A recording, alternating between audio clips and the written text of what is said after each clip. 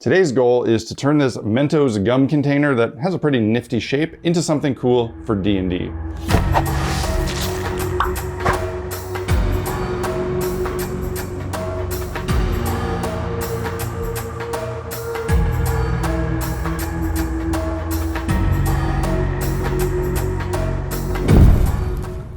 Hey guys, welcome back to Black Magic Craft. I finished this pack of Mentos gum and I realized it has a pretty neat shape. I put it aside. I don't have a in-depth plan, but I think it's gonna create some sort of vat for some kind of lava or molten liquid or toxic liquid or something like that. I'm actually thinking maybe something to go with the dwarven pillars that I recently built, something technological and arcane and industrious. I think it might be a little bit of a challenge. I have a good idea for how to fill this thing and do something neat for the liquid, but actually building something around it, having a slight idea of what I want to do and knowing what I have on hand is certainly going to pose some challenges, but I'm going to try to make the best of what I have and come up with something cool. All right, so what do we got here? Got these nice little ridges. It's a nice height. Where do we start? First thing is gonna be taking off this label, that's for sure. And I think I should lose this lid. So I know I wanna fill this up, but I want something more. I want the top to be kind of accessible by miniatures. So I wanna build a platform around this. Maybe like a bridge, or actually maybe a catwalk that's circular with a ladder going up to it. That could be pretty cool. Let's do that. Gonna use some foam core for this, and this is not the easy peel stuff. This is the stuff where the glue is very well bonded. I think I'm gonna give that foam cutter I used before another chance. Now, I wasn't in love with this thing the last time I used it, but this is actually exactly what it's for. And a good tip I got from a viewer was to put another piece of foam underneath this so that I don't cut a big circle in my cutting mat.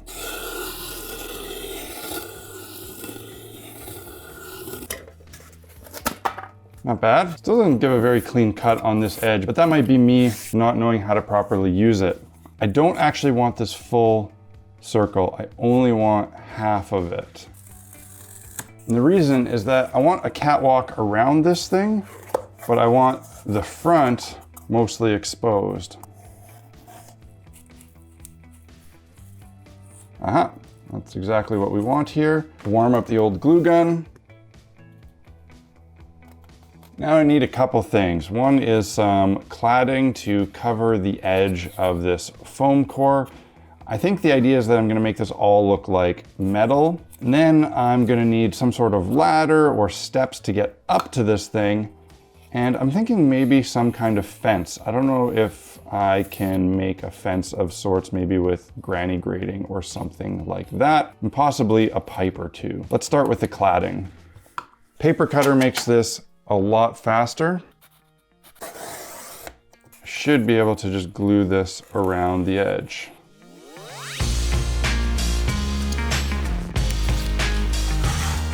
My blade on the paper cutter is getting a bit dull, so I'm getting these really frayed cuts. It's definitely time to change it.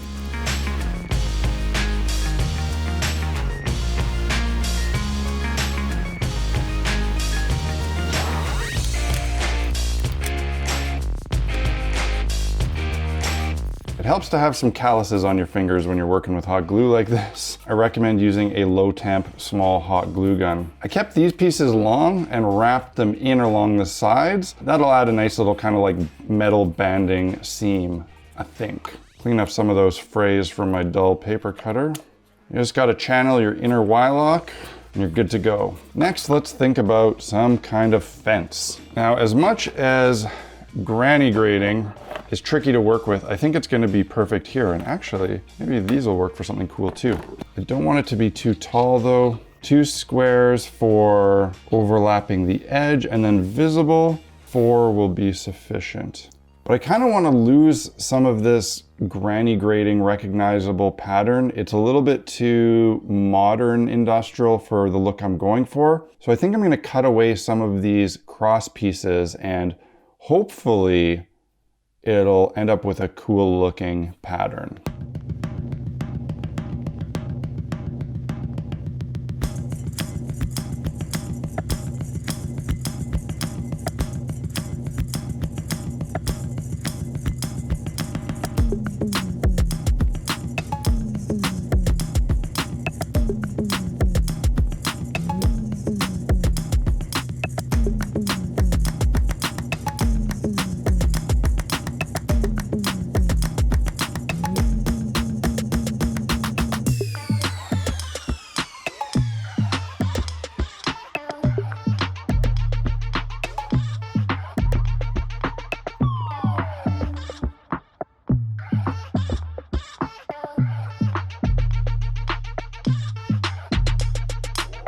That worked out all right. I kind of really like the pattern I came up with here. The biggest problem, as is always the problem with grinding grating, is attaching it. I really wanted super glue and accelerant to work so that it would be a nice clean bond and I didn't have glue gooping up through these squares, but it just did not hold. So I used hot glue, which also is not ideal. It's not that strong on this plastic, but it is holding enough, but it is messy, unfortunately. All in all, it turned out pretty good. And these hair curlers that I had in the same box, these are just hair curlers from the dollar store. They're great for all sorts of things. I thought I might coat this to add some kind of, ridging, but I really like this.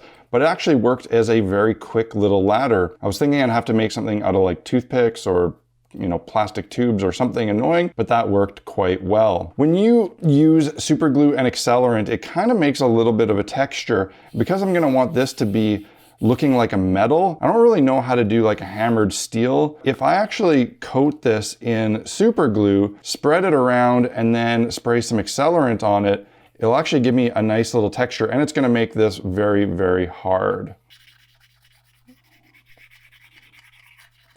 Unfortunately, it's already drying where I guess there's some accelerant left from the last spray I did, which is unfortunate because it's creating these little lines from the glue that I don't want. Oh well.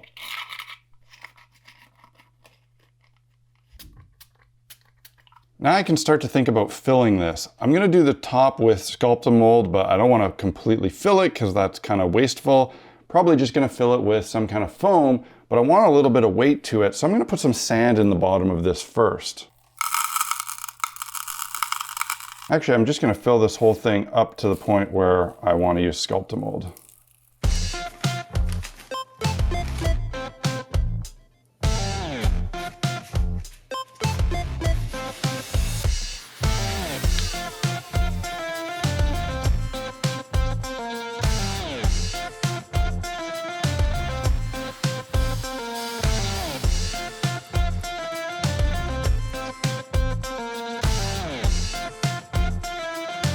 And if you remember these little gem things I got for my dwarven pillars, my idea is that I could place these and they could create little bubbles, or big bubbles, actually. And obviously a lot of the effect will have to be achieved with paint. It looks like they're in too much of a grid. Finding it kind of hard to get natural looking position for these bubbles. I wasn't expecting that. It's hard to not make them look like they're in a weird artificial line. Maybe I just have too many there. That looks pretty decent. I have to let this dry though, and in the meantime I might take care of this. I made the mistake of putting on the super glue when there was still some residual accelerant, so as I was drawing those lines that I planned to spread out, it kind of hardened them in those lines, and I don't really like the look of that. It's not the texture I wanted. I'm gonna take some texture paste and just brush on and smooth it out, and this might look a little more grainy than I would like. I'm hoping it will turn into something that will kind of work as metal once painted. This is definitely one of those situations where if I were to do this again, I wouldn't be in this position because I would know better from the first one. And I'm not sure how much better this is gonna look. It might be worse. Maybe I should have just left it as raw paper. Projects don't always go as expected, and you really need to experiment. Sometimes experimentation reveals really cool things that work out really well. And sometimes it just creates a snowball effect of things that don't really work too good. And that's okay. That's part of the fun. Of course, we also need some kind of piping. And I like the idea of some sort of pipe filling this thing with whatever this goo is. Just go right in the middle while the Sculptamold is still wet.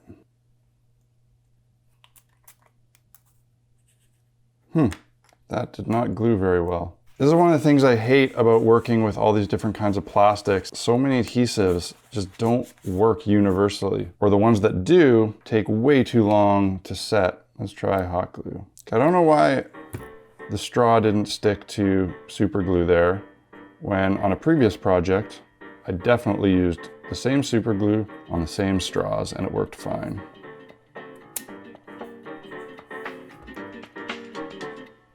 All right, so now I need to wait for a few things to dry, mostly the Sculptamold. So I'm gonna let that sit there for like an hour or so and use that time to be an efficient crafter and clean up my workspace before moving on to the next step. I'll say something's done, drying, set it down, walk away to do something else, and then pause, look at it, and realize something is bugging me that I gotta fix or add. That was the case here for two things.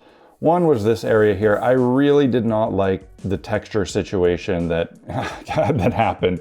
I do think in the future, using the super glue and accelerant to make a slight metallic texture could work very well. It just would require more care than I used. So I grabbed some of this corrugated paper to cover it up. Luckily, I still had the cutoff circle from the other side to use as a guide, so it was really easy to cut a piece to fit. This material is something that I prefer only to use on kind of more modern or futuristic setting builds, and not so much stuff that might be in a fantasy world. I really did not have anything else that I could think of that would quickly solve the problem and still look metallic, so I settled for that. The other problem I had is with this little ladder. It actually works great. I'm fine with the hair curler. It's a quick ladder. It looks pretty decent. It bends, it's floppy. I can get it sitting nice and then it moves. Sometimes it looks like that, sometimes it looks like that. I don't think this is gonna hold up over time.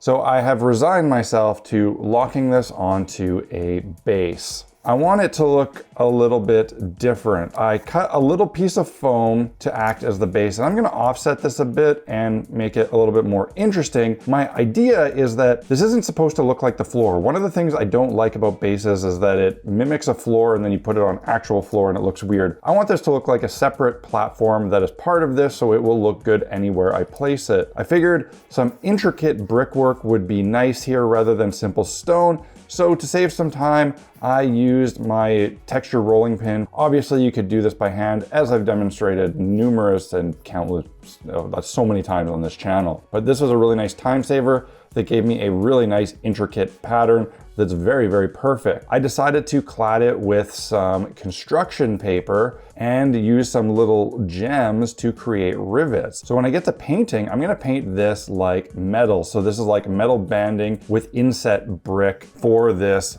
piece. And I think that's gonna work really well. And once everything's painted up, I can glue the ladder to the base and lock it in. Now on to painting. I'm gonna keep these separate so that I can paint them more easily, because this is essentially just brickwork. I'm gonna paint this in a typical brickwork fashion with some grays, beiges, and washes, add some metallic to the edges.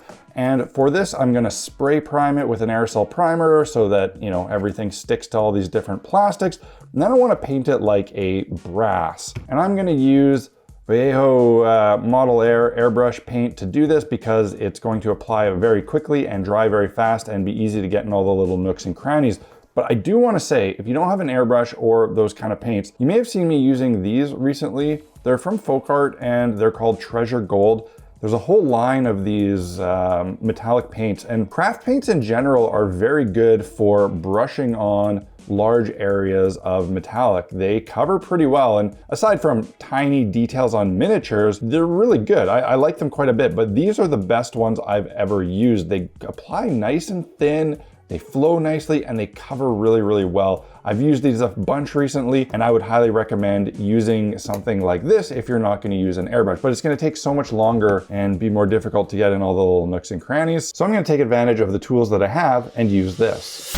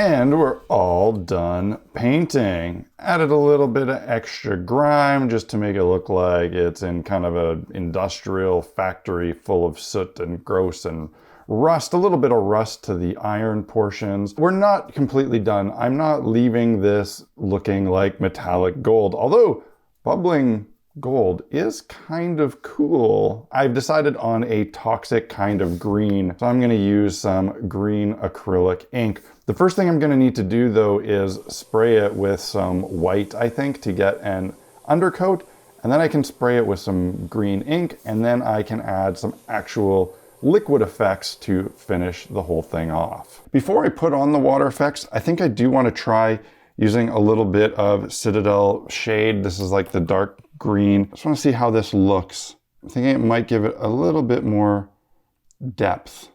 It's kind of just washing away my ink from my primer. I don't think I want to add any more of that. Let's do the water effects. I'm going to use the Vallejo water texture that I used last week. Again, you could try different things. Clear water textures like this, Liquitex, gel medium, gloss Mod Podge. All these things will kind of work. You just want something translucent that you can mix with acrylics to apply. I like this water texture though because it's actually a liquid. I'm going to take a tiny bit of this same green ink and mix it right in. This will fill in all the little divots in my Sculptamold and make it look more like an actual liquid. And my hope is that the bubbles peeking through give a nice effect. Now it seems that a lot of my bubbles are actually too low to be visible, which is a bit of a shame, but not the end of the world. It might actually make this look a little bit better. But I'm noticing things are pooling towards this way, so I want to prop this up a little bit and have it kind of flow back towards the pipes. I don't think it's that level at the moment. Maybe a bit of bright yellow. Now I'm just messing around with colors here and different materials and seeing what happens. There's a video I saw the other day that does this to much greater effect. I don't remember exactly what he used, but I'm gonna put a link in the cards up above so you can check that one out if you'd like. It's a really cool build. I'm just gonna leave that as is. It looks pretty cool. We'll see how it ends up when it dries.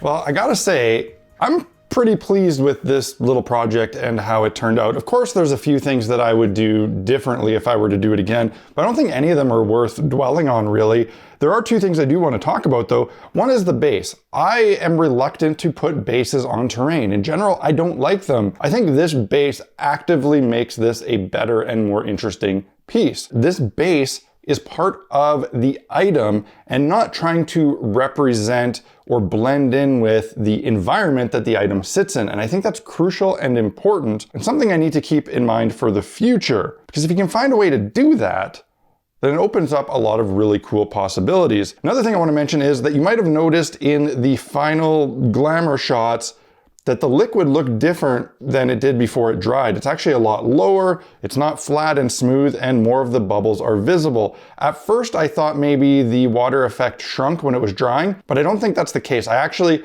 think that it leaked down through holes in the Sculptamold, like around the edges and stuff, because in retrospect, it wasn't actually that well sealed. I considered pouring another layer on to get it back to that flat liquid look, but I kind of like the way it looks, so I'm just leaving it. I hope that you enjoyed this video, found something useful in it, something entertaining, a technique, or hopefully it just helped you kill some time on a bathroom break at work. If you liked the video, hit the like button and let me know in the comments section below. If you want to pick up any tools or supplies for your own hobby needs, head over to blackmagicraft.ca. There I've put a bunch of time into making a list of all of the stuff that I use regularly, why I use it, explain it, and link to it so you can grab the right thing for yourself. Also, if you really enjoy these videos that I make each and every week, and you want to give back, help me keep making them, the best way you can do that is by joining the Black Magic Craft Fellowship on Patreon.